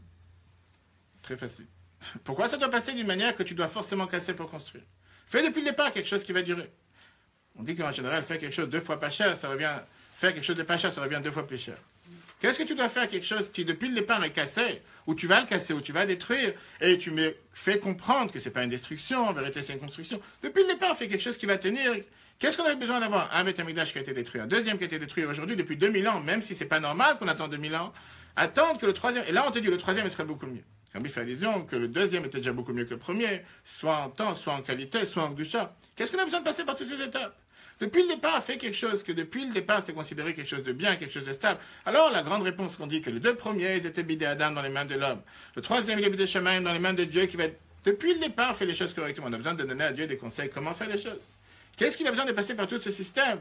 Depuis le départ, te dire, on va faire quelque chose qui n'est pas terrible, qui doit être détruit, mais t'inquiète pas, ne considère pas que c'est une destruction. Considère que c'est une construction. Fais quelque chose que depuis le départ, c'est une seule construction. Qu'est-ce qu'on a besoin de commencer à rentrer dans tous ces détails? Ça, c'est ce qu'on va voir ici. Premièrement, par rapport au premier Beit HaMikdash, au premier temple, et à plus forte raison par rapport au deuxième temple. On peut penser, quand on regarde les choses avec nos yeux, et on est tous matériels, on est tous terrestres, que malheureusement, oui, c'est vrai, on est en galoute. Et personne ne va penser un instant que la Géoula elle est déjà venue. La Bible a beaucoup parlé sur ça dans les premières années, il y a 70 ans et 60 ans, qu'aujourd'hui la Géoula n'est pas encore là. Au côté même, il disait les mêmes phrases qu'on dit tous les jours en dehors d'Israël, pendant Yom Tov, à cause de nos fautes, on a été exilés. Alors oui, on est chaque jour, un jour beaucoup plus proche, comme il va ramener juste après avec ceux qui ont calculé les différents kitsim, les différentes dates, les différentes limites, quand est-ce que Mashiach devait venir. Mais on sait très bien que Mashiach n'est pas encore là. Mais là, on est en train de te dire que quoi? Que le premier Beth Amikdash qui a été détruit, le deuxième qui a été détruit, ce n'était pas des brouillons, des copies pour avoir l'original. Ça faisait partie du processus. C'est comme si aujourd'hui tu prends un architecte, ou tu prends qui que ce soit qui construit un bâtiment, tu dis avant de me construire le pavillon final, construis une fois, détruis-le, construis une deuxième fois, détruis-le encore une fois, et après construis une troisième fois, et là ce sera le réel. Qui va faire une chose pareille? Quelle personne sur Terre d'abord va payer tellement? Construis toute une maison, casse-la, et quand tu es en train de faire un plan, ça n'a pas de sens. Même quand tu fais un plan, une fois que tu as fixé le plan, tu construis. Et là on te dit que non, que le premier était construit pour détruire, pour construire le deuxième, pour le détruire, pour construire le troisième, et ça c'est l'essentiel. Mais ce qui dérange le plus, c'est que la Bible nous fait remarquer comme quoi on voit ici que depuis le départ, la première construction c'était pour arriver à finalement avoir le troisième. C'est-à-dire qu'on est toujours en train de construire depuis le départ. Et pourquoi on devait passer par une telle chose? La réponse est très simple. Regardons d'abord dans le texte. Écoutez, Sichat Rabbi dit la chose suivante. Et donc on est obligé d'arriver à la conclusion que la construction du troisième temple par Dieu ne commencera pas seulement comme Mashiach va venir, on l'espère tous aujourd'hui. Et le début de cette construction, c'était déjà avec la destruction du deuxième temple. Ça c'est tout le but de la destruction, dans nos termes. Puisque Dieu voulait réparer, améliorer le temple, qui ne soit pas comme il était au départ, comme la zone du Binyana de Banash, construction humaine, éphémère, qui n'a pas forcément tenir, et là, il y a Binyana de Kuchabrichum, qui soit une construction de Dieu, une construction éternelle. Alors, on sait très bien que si c'est comme ça, premier temple, deuxième temple, première destruction, deuxième destruction font partie de la construction. On n'a pas encore répondu pourquoi, on va y arriver. Maintenant, on comprend l'histoire qui est racontée dans le Midrash Echad. Midrash qu'on raconte à chaque fois dans le jour de Tisha B'Av. Il y avait un passant, un paysan, qui a entendu, au moment de la destruction du Beth Amikdash, qu'il y avait une vache qui a crié parmi le peuple juif. Il a dit que là, j'ai entendu que le temple a été détruit. Après ça, il a entendu que la vache, elle a crié encore une fois. Et là, il a dit, maintenant, je sais que ma chère Hilene va vous libérer. On ne va pas dans les détails, il y a toute une sikha dans laquelle Rabbi l'analyse, pourquoi ça devait se passer de cette manière, que lui, il ressent ce que nous n'a pas entendu, on doit entendre ça d'un passant, etc. Qu'est-ce que ça veut dire que ma chère Hilene? Qu'est-ce que ça veut dire qu'au moment de la destruction, ma chère Hilene, est-ce qu'on a vu ma chère? Est-ce que ma chère était présent? Et s'il était présent, pourquoi il n'a pas agi? Pourquoi il n'a pas fait en sorte que tout de suite on soit libéré? Qu'est-ce que ça veut dire que la première fois qu'il a entendu la vache crier, il s'est dit, ah, le temple a été détruit. La deuxième fois qu'il a entendu la vache crier, il a dit, maintenant je sais que le temple a été reconstruit. Ou que ma chère, le libérateur du peuple juif, il a été né. La liaison que la Bible veut nous montrer ici, c'est qu'il n'y a pas eu un instant, il n'y a pas eu un moment dans lequel il y a eu une séparation entre la destruction et la construction. C'est pas qu'il y a eu une période de vide. Quand Dieu nous en préserve, quand on a parlé tout à l'heure de l'opération, des fois il y a quelqu'un qui met du temps à se réveiller. Et là tout le monde panique. Il ne s'est pas réveillé, il aurait dû se réveiller. Il est encore sur un coma artificiel, on ne sait pas s'il va se réveiller, quand est-ce qu'il va se réveiller. Là on ne parle pas de ça, on dit que la seconde même que le temple a été détruit, au même moment le Beth Amikdash est reconstruit. La fameuse Mara qu'on a parlé tout à l'heure sur Rabbi Akiva, qu'il a vu que le chou à la renard est sorti du Beth Amikdash, du temple, du Kodesh Kodashim, du Saint des Saints. Comment les trois amis qui étaient avec lui, Rabbi Yeshua, Ben Gamliel, Rabbi Lazare, ils ont commencé à pleurer, lui il s'est mis à rire. Et quand ils lui ont dit qu'est-ce que tu rigoles, il a dit pourquoi vous pleurez? Ils ont dit quoi? Un endroit dans lequel même Hazar, la Torah nous dit qu'un étranger n'avait pas le droit de mettre les pieds là-bas. Et s'il mettait les pieds là-bas, il mourrait. Et là on voit que des renards se tournent. Et Rabbi qui rappelle dans cette autre sikha comme quoi Rabbi Akiva, pourquoi il rigolait? Parce qu'il dit c'est qu'un renard qui est sorti de là-bas. C'est pas des humains. Si j'aurais vu les Romains qui sont là-bas, j'aurais vu des êtres humains dans le temple, là j'aurais pleuré comme vous. Mais le fait de voir que c'est qu'un renard et rien d'autre, je suis très content. Pourquoi je suis content? Parce que les non-juifs, les nations du monde n'auront jamais un pouvoir sur prendre quoi que ce soit qui appartient au temple. Et ça même, c'est un début de la reconstruction. Qu'est-ce que ça fait? Qu'est-ce que vient nous dire ce Midrash? Que pas seulement qu'il n'y a pas de séparation entre la destruction et la construction, mais qu'au même moment où il y a déjà la destruction, ça même, ça fait partie de la reconstruction. Alors, comme on l'a dit tout à l'heure, concrètement, qu'est-ce que nous on voit? Le fameux Sichat Rabbi l'a dit en Tafshin en 1950, après le décès du Rabbi précédent, que même si on sait que le Rabbi est avec nous, que le Rabbi est présent parmi nous, concrètement, on doit faire les lois de deuil, on doit dire le Kaddish, on doit faire les choses, à nos yeux, on voit qu'on a perdu quelque chose. C'est pas quelque chose qui est un moment joyeux. Concrètement, on voit la destruction, et c'est pour ça qu'on a les lois du 9 heures, et c'est pour ça qu'on a les lois de 9 jours, et c'est pour ça qu'on a toutes ces lois où les gens ils demandent est-ce qu'on doit manger de la viande, pas manger de la viande. Mais quel est le but? Si ça doit forcément passer de cette manière pour nous, pourquoi ça passe de cette manière? Dieu l'avait qu'à dire depuis le départ, faites la fête, c'est 9 jours de joie, 9 jours de danse, c'est 9 jours dans lesquels on va faire la fête. Pourquoi? Parce que c'est les 9 jours de reconstruction, d'après ce qu'on est en train de voir. Le but, pourquoi il y a eu ces 9 jours, et pourquoi il y a ces lois concrètement pour nous, comme Rambam nous dit, pour nous faire tchouva. Rambam dans les Chotania, dans les lois de deuil, dans les lois de jeûne, il nous dit que Davarzem et Darkat tchouva. Le fait de passer par les jeûnes, le fait de passer par cette période de 9 jours, c'est pour faire tchouva. Ça, c'est par rapport à nos yeux. Mais ce n'est pas parce que ça veut dire qu'on doit faire tchouva qu'automatiquement on doit prendre ça comme une destruction. Comme on l'a dit tout à l'heure, le fait que quelqu'un il va récupérer après une opération et qu'il ne peut pas aller travailler pendant une semaine ou deux, il n'est pas considéré malade. Il est en train de considérer qu'il est dans une étape de guérir. Bien sûr qu'il a eu une opération, mais cette opération lui a sauvé la vie. Aujourd'hui, il est en train de guérir jour après jour jusqu'à ce qu'il va devenir totalement normal. Où on voit ça? On voit ça dans 2 endroits. On voit ça d'abord avec Abraham. Dieu il a dit à Abraham au départ que le peuple juif va être exilé, va devoir aller être en Mitzrayim, en Égypte, même si on n'a pas vraiment été 400 ans, c'est seulement 210 ans, et concrètement que 80 ans d'esclavage. Mais il lui a dit depuis le départ, va nous venir au temps. Ton peuple va être exilé, va être un étranger dans un autre pays. Et au même instant, avant même que commence la Galut Mitzrayim, avant même que commence l'exil, il lui a déjà dit, on va ressortir avec une grande richesse. Quel était le but? Pourquoi il devait passer de cette manière-là? Bien sûr qu'on aurait pu l'éviter. Mais le seul moyen de pouvoir ressortir avec la richesse, c'était en passant par cet exil. Si jamais on ne serait pas parti par cet exil en Égypte, pas forcément qu'on aurait pu ressortir avec la richesse. Alors, c'est le fameux argument qu'Abraham aurait pu dire, j'ai pas demandé ni ça, mais ni ça, pas besoin d'avoir ni l'expérience en Égypte, ni avoir la richesse. Mais concrètement, Dieu a décidé que ça, c'est le plan que ça doit se passer. Pourquoi un enfant, il n'apprend pas à marcher dès qu'il sort du ventre de sa mère? C'est très intéressant dans laquelle la Bible dit la différence entre un humain et un animal. C'est qu'un animal, quand il sort du ventre de sa mère, un veau qui sort du ventre d'une vache, 2 secondes après, il commence à marcher. Pas besoin d'aide de qui que ce soit, même si en général les gens qui essaient d'aider. On n'a jamais vu un enfant. Dieu, il n'a pas créé sur terre un moyen et un système qu'un enfant, le premier jour qu'il sort du ventre de sa mère, il commence à marcher, comme n'importe quel animal sur terre. Dieu, il a voulu, hein? Heureusement, okay. Peut-être, il y en a qui disent que ça aurait été mieux. Pourquoi Dieu n'a pas fait un tel système? Dieu, il a voulu que ça passe par un certain effort, par certaines habitudes, par certains systèmes. Et ça, c'est le même système qu'il a mis avec le peuple juif. Dieu, il n'a pas voulu que ça passe d'une manière que dès qu'on arrive, on a tout de suite cette richesse, on a tout de suite tout cet honneur, on a tout de suite tout ce qu'on a besoin. Le temple, il est construit le premier, pas besoin d'être détruit. Il a voulu que ça passe seulement par cette manière-là. Et c'est la raison pour laquelle que même aujourd'hui, à nos yeux, on voit que concrètement, la Géoula n'a pas commencé. Alors qu'on t'a dit que l'autre, il a ressenti, qu'il a entendu une vache crier, il a dit, ça y est, la Géoula Mashiach, il est déjà là. Nous, on l'a pas vu. Dans nos yeux, on est encore dans la destruction. Mais concrètement, on sait que toute cette destruction, tout cet exil, c'est pour la Géoula qui vient et qui est en train de se passer. Sauf qu'on ne la voit pas avec nos yeux. Regardons dans le 7, dans le 6. On a déjà dit le 6? Ok, alors avant le 7. C'est exactement la même raison pourquoi la Noazakan nous dit que tout le but, pourquoi ma chair va venir, et pourquoi il y aura la résurrection des morts, c'est parce que à ce moment-là, on aura une lumière infinie de divinité de Shrina qui sera sur terre. Mais d'où on va puiser toutes ces forces? Parce qu'on est en train de faire pendant les jours de la galoute, les jours qu'on est en exil. La Bible écrit dans Yom, que quand ma chair va venir, on va encore se languir, on va encore se demander pourquoi on n'a pas agi beaucoup plus alors qu'on aurait pu agir pendant les jours d'exil. Qu'est-ce que ça veut dire tout ça? C'est-à-dire que si jamais on n'aurait pas eu cette galoute, on n'aurait pas eu cette période dans laquelle on se trouve, on n'aurait jamais pu bénéficier de tout ce qu'on va bénéficier plus tard. On était obligé de passer par ce système. On était obligé de passer par cet état.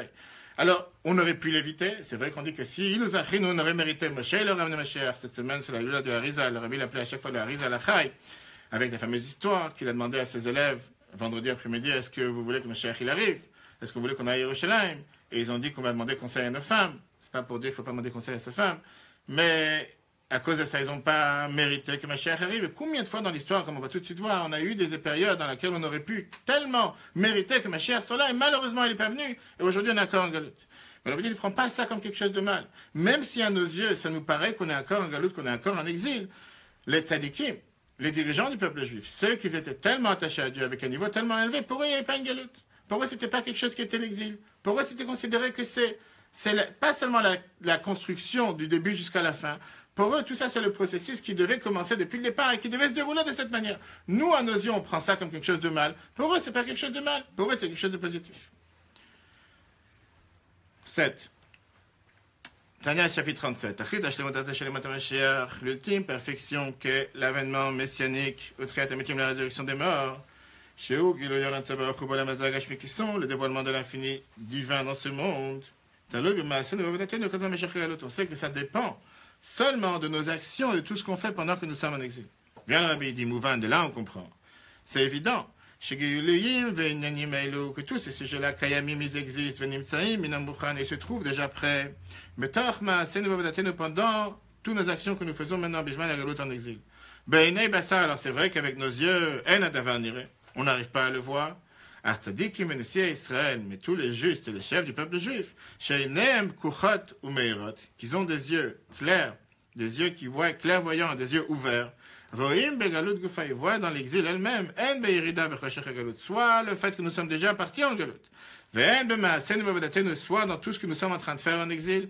Eux, ils voient pas ça quelque chose d'exil, ils voient Yatanyan Agula Shebazé, ils voient déjà la délivrance. C'est comme si on parlerait tout à l'heure avec le docteur, que celui qui fait l'opération, depuis le départ, il sait déjà comment ça va sortir à la fin. Ou parce qu'il a l'expérience, ou parce qu'il sait. Quelqu'un qui n'a jamais fait, quelqu'un qui est un interne, quelqu'un qui est en train de découvrir, il s'affole, il ne sait pas de quoi on parle. Il commence à voir du sang de tous les côtés, il ne sait pas de qu'est-ce qui se passe. Quelqu'un qui a déjà l'habitude, il sait déjà depuis le départ comment ça va se terminer. Et pour lui, depuis le départ, même s'il est en train d'ouvrir, couper, pour lui, c'est tout à fait normal. Ça fait partie de la reconstruction, ça fait partie de la délivrance. Mais là, il y a une question qui dérange.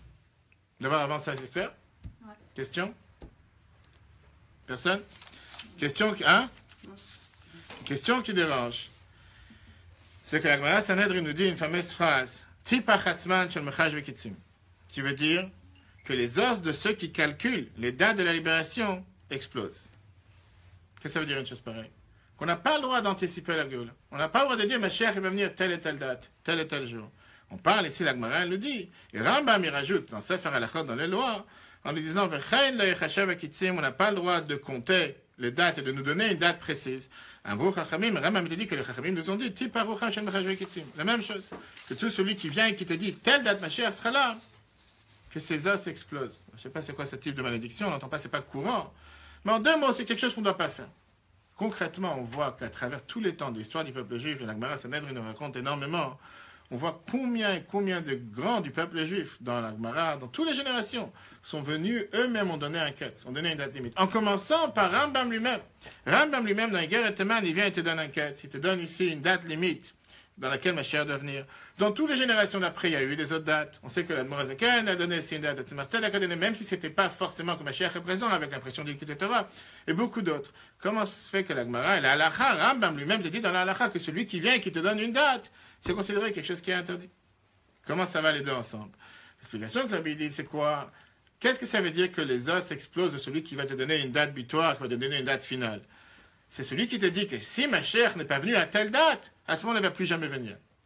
Et Rambam te dit clairement que ça peut faire en sorte que le peuple juif va se tromper. Malheureusement, il y a eu des faux Mashiach dans l'histoire. Ça va faire en sorte que les gens vont dire, tu vois, tu m'as dit qu'il va venir telle date et il n'est pas venu, donc j'y crois plus. Et c'est pour ça que tous les Gdolim y priaient que ces gens-là ne doivent pas exister. Alors, quelle différence avec ces gens-là et tous les Gdolim du peuple juif, les grands du peuple juif, qui ont donné des dates, et on voit malheureusement qu'on est encore en galoute.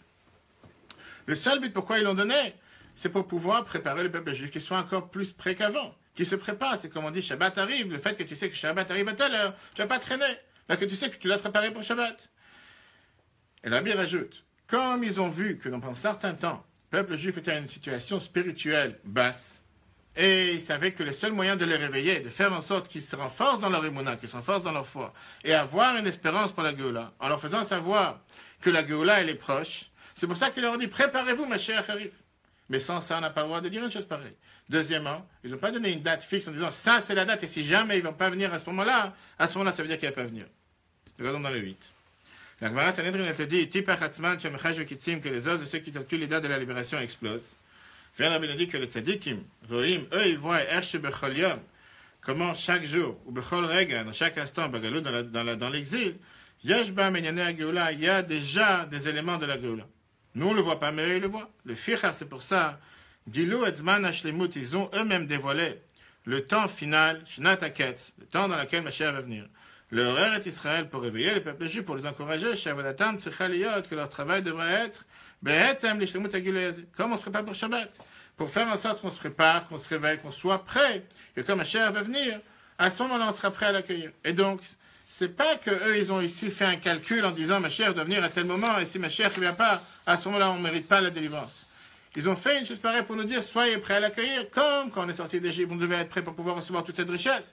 Imaginons-nous un instant qu'on n'aurait pas eu la date, on ne saurait pas quand est-ce qu'on serait sorti, ou on n'aurait pas pris des sacs, quelqu'un qui va faire du shopping, qui va aller acheter dans n'importe quel centre commercial, il prend avec lui des sacs, aujourd'hui c'est à la mode. Sinon, il devrait acheter des sacs sur place. Pourquoi il se prépare? Il se prépare à acheter des sacs, parce que sinon il ne pourra pas ramener avec lui tout ce qu'il a acheté. Comme on doit récupérer tout le salaire, toute la récompense, tout ce qu'on a mis, tout ce qu'on a travaillé, tout ce qu'on a semé pendant la période de Galout, pendant la période d'exil. Pour ça, tous ces Gdolim, ils sont venus, ils nous ont fait savoir, préparez-vous à la venue du Mashiach. Mais ça ne veut pas dire un instant qu'ils ont dit que s'il n'allait pas venir, et s'il ne vient pas à cette date, ça veut pas dire qu'il ne sera pas là. Au contraire, grâce à ça, on sera encore mieux prêt, on sera pas seulement mieux prêt, mais on aura la chance de pouvoir avoir encore un plus grand mérite. Maintenant, Rabbi revient au départ à ce qu'on a dit tout à l'heure. Pourquoi ce Shabbat, il est appelé Shabbat Chazon? Quel est le nom Chazon? Apparemment, on aurait dû appeler Shabbat Varim. Pourquoi tout d'un coup Chazon? Pourquoi on appelle un Shabbat sur le nom d'une Haftara? On a dit tout à l'heure qu'en général, la Haftara a un rapport avec la Paracha. Et là, c'est la Haftara qui va nous parler des punitions. Pas forcément des choses joyeuses, même si la fin, elle est joyeuse. Parce que de la même manière que Dvarim, en soi, c'était le livre dans lequel Moshe vient réprimander le peuple juif. C'est vrai que Chazon, Yeshayahu, quand tu prends le premier verset, c'était la vision de Yeshaya qu'il a eue sur les mauvaises choses qui vont se passer au peuple juif. Mais de l'autre côté, on sait comment Rabbi le Père ramène au nom de Rabbi Yitzhak de Baditchev que Chazon, c'est parce que ce Shabbat, on montre à chacun qu'est-ce que le Beth Amikdash, il est déjà prêt et comment il va descendre pour chacun d'entre nous. Rabbi fait ici un détail en disant que c'est pas seulement le Beth Amikdash comme il va être réellement, c'est le Beth Amikdash de Dieu qu'on nous montre, le Beth Amikdash que chacun de nous peut voir. La Neshama peut voir, même si nous-mêmes on ne le voit pas. Le Beth Amikdash réel, il sera là quand il sera là. Pour l'instant, il n'est pas là ce Shabbat, on espère qu'il sera là avant. Qu'est-ce que ça veut dire? Que d'un côté, Chazon, c'est quelque chose de négatif. La Haftara, c'est... Quand on dit la Haftara Chazon, c'est pas une Haftara positive, c'est des réprimandes. De l'autre côté, on a Rabbi Yitzhak Baditchev qui vient et qui te dit qu'on te montre le Beth Amikdash. Alors il faut savoir, c'est quelque chose de négatif ou quelque chose de positif? C'est quelque chose de bien ou quelque chose de mal? On doit se réjouir que Shabbat Chazon arrive? Ou bien on doit être triste que c'est le Shabbat de Tisha B'Av, voire des années que ça tombe Tisha B'Av lui-même? Dans une autre sikha, Rabbi dit comme quoi le fait que chaque année on lit Parashat Varim et la Haftara de Chazon avant Tisha B'Av, ça nous donne les forces pour pouvoir surmonter toutes les difficultés de Tisha B'Av. Le fait de savoir que ce Shabbat, on nous montre le Beth Amikdash, parce qu'on prend l'aspect positif, pas l'aspect négatif, et pas penser qu'il y a deux aspects différents. Mais en vérité, c'est deux aspects qui sont exactement les mêmes. Pour pouvoir mériter l'aspect positif, on doit passer par l'aspect négatif. Pour pouvoir mériter cet aspect qu'on voit le Beth Amikdash, on doit passer par cette soi-disant destruction. Et c'est vrai qu'à nos yeux, c'est une destruction, mais en réalité, une reconstruction. Et c'est pour ça que ce même Shabbat dans lequel on lit la Haftara, qui nous parle des malheurs qui peuvent arriver au peuple juif, ce même Shabbat, c'est pas un Shabbat d'après, c'est pas un jour après, mais le même jour, on te dit que c'est le Shabbat dans lequel on te montre le Beth Amikdash qui est déjà en train d'être reconstruit, déjà reconstruit. Quel est le but? Pour qu'on ne soit pas émotionné, qu'on ne soit pas détruit quand il y a une difficulté. Qu'on ne soit pas détruit en se disant on est en galoute. Avec ce qui s'est passé encore cette semaine, et tous les gens se posent des questions. Comment on peut encore subir? La Torah, elle vient te donner ici les forces pour te dire que malgré toutes les difficultés qu'on voit pendant la galoute, on a un devoir de se dire que on ne doit pas regarder sur ce qui est mal. On doit se dire que certainement il y a ici quelque chose de bien, sans justifier. La Bible parle sur Parashat Varim. On ne peut pas justifier les malheurs qui se passent. On n'a pas d'explication pour les malheurs qui se passent. On ne peut pas comprendre les malheurs qui se passent. Mais de l'autre côté, se dire un instant que Dieu nous a oubliés, il ne faut pas dire que Dieu nous a oubliés. Et le fameux Gemara que Rabbi ramène, c'est pas dans cette sikha. La Gemara, Rabbi Batra qui nous raconte dans la page 99, quand les Romains sont entrés dans le temple, une fois qu'ils ont détruit le Beth Amikdash, et ils sont entrés dans le Kodesh HaKodashim, dans les Saints des Saints, ils ont vu là-bas les Kruvim, on sait très bien que les Kruvim représentaient un homme et une femme. Et la Gemara nous raconte que quand le peuple juif faisait ce que Dieu il voulait, alors ils étaient la face l'un envers l'autre. Quand le peuple juif faisait contre la volonté de Dieu, ils étaient l'un contre l'autre, le dos l'un vers l'autre. Quand ils sont rentrés, quand il y a eu le moment de la destruction, ce n'est pas un moment de joie, mais c'est un moment où on voit que Dieu il en avait contre le peuple juif. On aurait dû voir que les Kruvim qui étaient sur le Echal, sur le Aaron, sur l'Afsad, ils auraient dû être dos l'un à l'autre, comme un moment de colère. Et là, à la place, ils ont vu que pas seulement que ce n'était pas un moment de colère, mais ils étaient l'un envers l'autre. Ils sont sortis avec les Kruvim, la Gemara raconte, les Romains sont sortis avec les Kruvim dehors en disant voilà à quoi ces Juifs y pensent. Ils nous font croire qu'ils ont un endroit tellement saint, un endroit où il y a des bénédictions, des malédictions, et voilà que dedans, il y a une figure d'un homme et une femme qui s'embrassent l'un avec l'autre. Mais la Bible explique qu'ils n'ont pas seulement qu'ils n'ont rien compris, mais l'idée que Dieu il a voulu montrer que Bechol Tsaratam Lotzar, ce que le Rabbi répétait chaque année, les jours de jeûne, que pas seulement que quand quelqu'un du peuple juif il souffre, Dieu ne l'a pas abandonné, mais Dieu dit je suis avec toi dans cette souffrance. Combien de fois la Bible répétait que le fait qu'on est en galoute, c'est le plus grand chil de la chaîne qui peut exister, la plus grande profanation du nom de Dieu, parce que lui-même ne peut pas être où il devrait être. Shrin Tabegalout à Zohar te dit que la Shrina, la divinité, elle est en galoute. C'est pas que Dieu il nous a envoyé en galoute et lui il est resté, tout va bien pour lui. Lui aussi il est en galoute avec nous. Et la preuve est que quand le Beit Hamikdash a été détruit, les Kruvim, qui étaient le symbole, le baromètre pour savoir qu'est-ce qui se passe, est-ce que le peuple juif se comporte bien ou mal, ils étaient d'une manière comme s'ils sont en train de se comporter de la meilleure manière. Dieu est en train de leur montrer comme quoi malgré ce qui s'est passé, c'est passé. Et à nos yeux, c'est une destruction, et c'est une vraie destruction. Et la preuve, c'est qu'on déchire les habits quand on voit l'endroit du Beit Hamikdash détruit pour la première fois. C'est la raison pourquoi Tisha B'Av, on s'assoit par terre. C'est la raison pourquoi on fait toutes ces lois qui sont des lois de deuil. Parce que malheureusement, pour l'instant, le Beit Hamikdash n'est pas reconstruit. Mais Dieu ne perdez pas la tête. Pensez pas un instant que j'ai disparu, je suis pas là. Et vous, vous êtes en train de souffrir. Moi, je suis pas en train de souffrir. Je suis en train de souffrir avec vous. Et avec vous, je vais ressortir. Comme on vient d'expliquer ici, qu'en réalité, c'est pas quelque chose qui est quelque chose de mal, mais c'est quelque chose où depuis les passes en construction. Regardons dans le 9. Le paradoxe de Chazon, comme on l'a dit tout à l'heure, d'un côté, on voit la Haftara qui nous parle que c'est des remontrances, et de l'autre côté, on voit Rabbi Levitzak qui nous dit que Dieu nous montre le Beit Hamikdash. Shabbat Chazon, Milachon Marze. En vérité, Shabbat Chazon, nous, on doit se focaliser sur le fait que Dieu nous montre le temple. Le Shabbat Zos, ce Shabbat-là, Marim, le Chol, Vechad, Vechad, on montre à chacun Hamikdash, à la Hatid, le futur Beit Hamikdash. Et la conclusion qu'on a en bas, Chazon, Ishaï nous fait des remontrances, mais termine sur une note de construction. Le but de la destruction est la construction qui a déjà démarré. Les justes nous le divulguent pour nous encourager. Pourquoi ils nous font savoir que la Géoula arrive, pas juste pour qu'on se sente bien, qu'on soit à l'aise, premièrement pour se préparer, et deuxièmement pour se dire que chaque instant et chaque jour qui passe, c'est un jour dans lequel on se rapproche à la Géoula. Donc on ne doit pas regarder sur la galoute comme si c'est quelque chose qui est dur. Bien sûr qu'au moment qu'on est en galoute, comme la Bible, il est allé à la chôte et les lois, on doit faire ce qu'on doit faire, mais se dire qu'en réalité, c'est le processus de la reconstruction, le processus de la préparation pour la Géoula, et que Dieu fasse que ça se passe encore aujourd'hui avant tes cheveux. Des questions? Non, finalement, il n'a pas été réparé, quoi. Il n'a pas été détruit. Donc, Je sais pas. Oui. À nos yeux, tu as raison, à nos yeux, il est détruit. Et c'est pour ça qu'à nos yeux, on fait les lois qu'on doit faire. C'est pour ça qu'à nos yeux, on n'a pas le droit de faire quoi que ce soit en se disant « Mashiach, il est là, je crois que Mashiach est là, je vais commencer à danser et chanter. » C'est ce qu'on devrait faire. Mais au final, pas penser un instant que cette destruction, qui paraît à nos yeux une destruction, c'est une réelle destruction. Puisque les choses ne sont pas comme ils nous paraissent à nos yeux. Les choses sont comme Dieu il a décidé de sortir. Oui, mais si ça paraît à nos yeux comme une destruction, c'est qu'il y a un but à ça. Oui, comme l'a dit tout à l'heure, le but. 100%, on ne pas faire du contraire. Mais ne pas se focaliser sur la destruction. Comme l'a dit tout à l'heure, quand quelqu'un il a une maladie, que Dieu nous en préserve, il passe une opération, il peut se focaliser sur le moment que pour l'instant, son proche, un membre de famille est en train de se faire opérer, et il a des souffrances, c'est mal ou quoi que ce soit, et il peut se soucier pour ce moment-là, ou il peut se dire que ça même, ça fait partie de la reconstruction, ça même, ça fait partie de la guérison. Et donc, peut-être pas danser de joie, parce que ça s'appelle être fou. On est tous fous.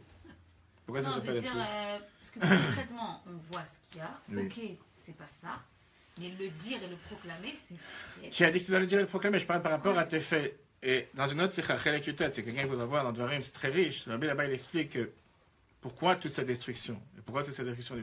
Pour te dire que tu as deux manières, la prière, le libre arbitre, il reste dans tes mains. Tu peux te focaliser sur la destruction en soi, à ce moment-là, tu fais rien. Donc, quand il a une épreuve, quand quelqu'un a une difficulté, il peut se dire, puisque cette difficulté, je ne fais plus rien. C'est ce qui s'est passé avec les collègues de Rabbi Akiva.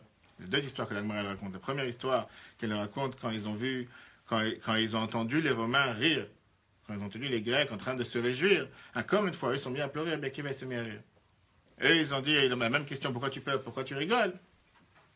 Et Rabbi Akiva a dit, comment ça se fait que nos ennemis, une telle claque, le temple il est détruit, et ils font la fête de la musique, on entend dans toute la rue. On peut avoir une claque, mais pas si dur que ça. Et Rabbi Akiva qui rigole. Et Rabbi Akiva qui leur a répondu qu'au contraire, si déjà nos ennemis ils ont une telle fête, à peu forte raison que moi je sais qu'on aura une telle fête, mais ils n'ont pas été convaincus.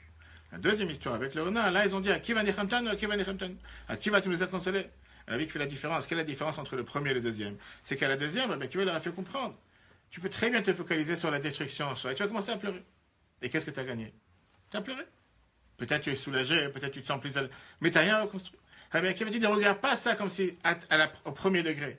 Au premier degré, ça paraît bizarre. Toujours un exemple avec les femmes qui préparent des gâteaux. Quand quelqu'un il vient, est en train de mettre tous les ingrédients dans le bol, ça paraît loin d'être un gâteau. Il y en a que même à la fin, ça paraît pas un gâteau. Mais en règle générale, ça paraît loin d'être un gâteau.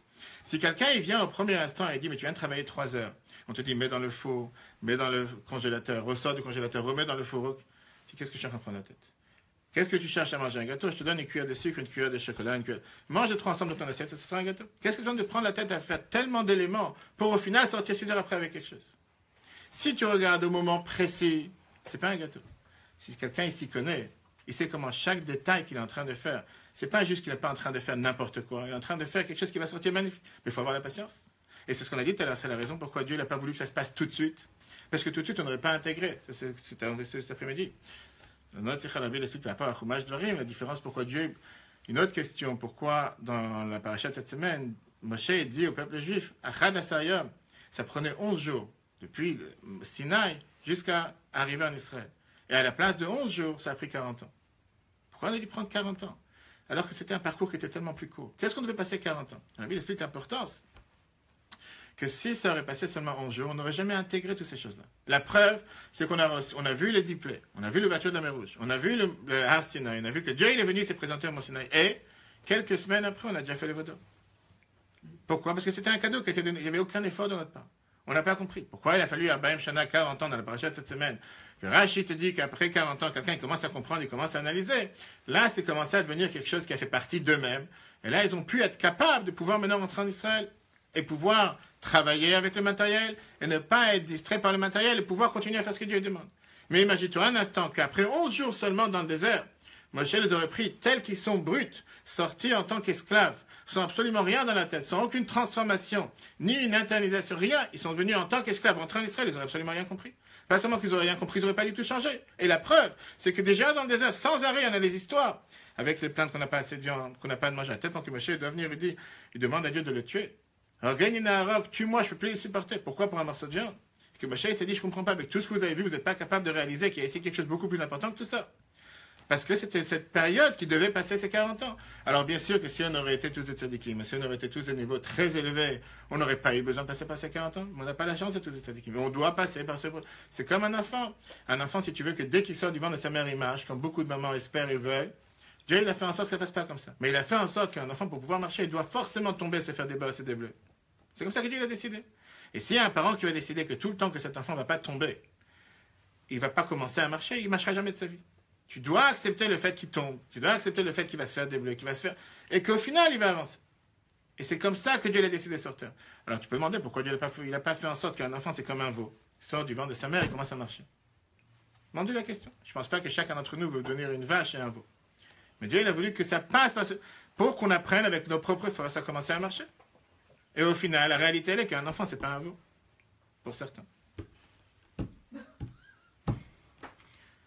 Ok. Hein? Merci. Ok. Bonsoir à tous.